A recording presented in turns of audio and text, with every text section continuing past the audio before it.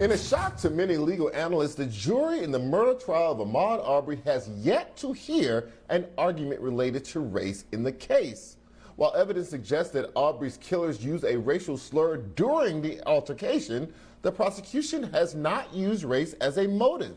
Many believe that the prosecution has employed this strategy to pander to the 11 white jurors deciding the case. And while the defense has attempted to not harp on race in the trial, race has become a point of contention because of their opposition to black preachers and civil rights leaders being in the courtroom. In a trial in which race is the elephant in the room, is it possible for prosecutors to veer away from it and succeed? Joining us again is opinion columnist for The Guardian, Michael Harriot. Michael, what do you make of this as a strategy? Well, so there's two different things, right? So one is the argument that if it is a legitimate legal strategy, right? And one of the things that you have to consider is, like, these are white people on the jury. There's one white juror, and they not necessarily a white juror in rural Georgia might not necessarily understand the complexities of race and how it plays into the situation. So, and then you have to consider that the white, prosecutor and the white judge, might not understand the complexities of race. And then you have to juxtapose that with what we all know, right? Like, they would have chased a white dude down the street. That three white dudes wouldn't have been riding around on the back of a pickup truck with an impromptu lynch mob if they weren't white, right? If the law that was created for citizens' arrest was created so that you could subdue slaves during the Civil War, was created in 1863 because all the white men were fighting during the Civil War. So we all know the reality that there is a racial issue in this trial, but we don't know how it will affect the verdict, right? And so, a lot of times, especially when you're talking about, again, white people in rural Georgia, just bringing up the fact that these dudes are racist might, make them cringe, might make them, repel. Right. We just kind of saw it in this Rittenhouse trial. So, I'll just counter that a little bit and just say,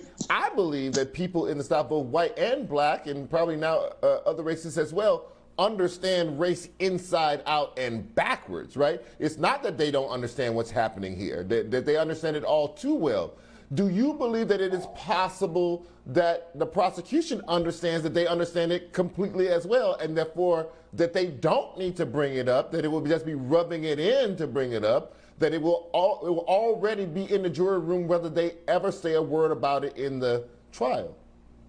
Right. I 100% agree with you, right? Like, the people in the trial, it's two, let's say there's two different kinds of white people, right? One who understands the complexities of race, and just some racist white people, right? So you can't convince a racist white person in a closing or opening argument or in a cross-examination to stop being racist or to not be racist as a juror on this trial. And then the ones who aren't racist, the ones who understand the complexities of race, you don't need to, to beat this dead horse because they know it. Everybody knows it. So these are two complex issues. And again, right, one of the things we have to realize, and especially with this Rittenhouse trial, is to convict these dudes is going to take a unanimous verdict. So, right, like, introducing something that might cause one white person on that jury, and again, in an all-white jury, to be thrown off is a dangerous strategy when you could stick to what you legally know, like, regardless of the racial issue. We know these dudes chased down a man with a gun who had not committed a crime and killed him, and he was unarmed, right? So if you can stick to those facts and present a case, then the case on its face is enough to convict them. Right, but let's talk about that and dig into it a little bit, because even if you stick to those facts, then the question to me is, how do you craft motive? It doesn't make, without the racial piece, it starts to lack logic. Like, what would be the reason to chase down a random person jogging in the neighborhood? Well, remember, motive is what you use to solve a crime. You don't have to have a motive to convict a person, right? Like, you don't have to know why a person did a thing, right? There is video showing them shooting them. They, admit that they chased this dude down and shot him.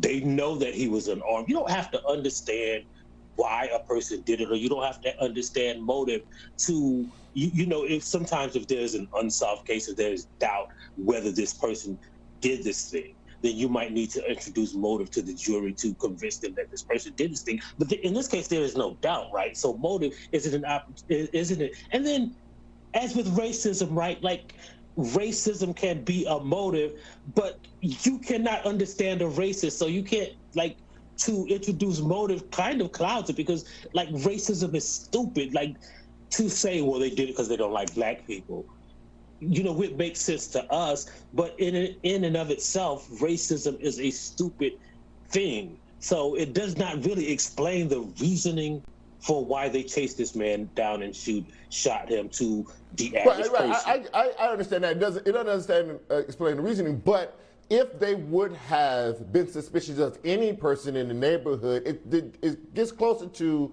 their own rationale here, which was just about safety of neighborhood robbery and strangers, right? So once you take the racial piece out, then their story starts to take on more of a sense of valor and protection of land, property, and space than if it were, oh no, they were suspicious of this guy, not because any person jogging in the neighborhood they would have chased, but there was something special about this particular guy. Right, but I think that is a way of looking at it, right? And I think another way of looking at it is, if you introduce the racial element into the story, right, then you kind of introduce what we saw in the Rittenhouse case, right? Again, that to the average white person, and this is not like my opinion, there's research on this, right? There's research that shows that the average white person thinks black men are bigger, stronger, and more aggressive than they really are. The research even shows with black boys as young as 5 years old, right? So when you introduce that racial element, right, you also introduce the possibility that a juror can say, yeah, but he was a black dude, and those black people are scary, right? So when you introduce that racial element to white people, again, you're not talking to people who are more likely to convict a person because of racism, right? You're talking about the people who protected these people for all of these years, the people who abided by this law, the people in the community who knew that this had happened 3 months before the public knew, right? Like, we're not talking about people who are more likely convicted this because they see racism. We're talking about the people who, that are silent about racism for the centuries that it has existed in this country. Right. So I don't know. I think you're taking a gamble by doing it when, again, the case on its face is strong enough to convict these guys. Both sides of this argument is fascinating. We'll have to see how this works out and if it works out for the prosecution or not. Michael, Harriot, thanks again for sticking around, and big congratulations on your new job at The Guardian. Thank you, sir.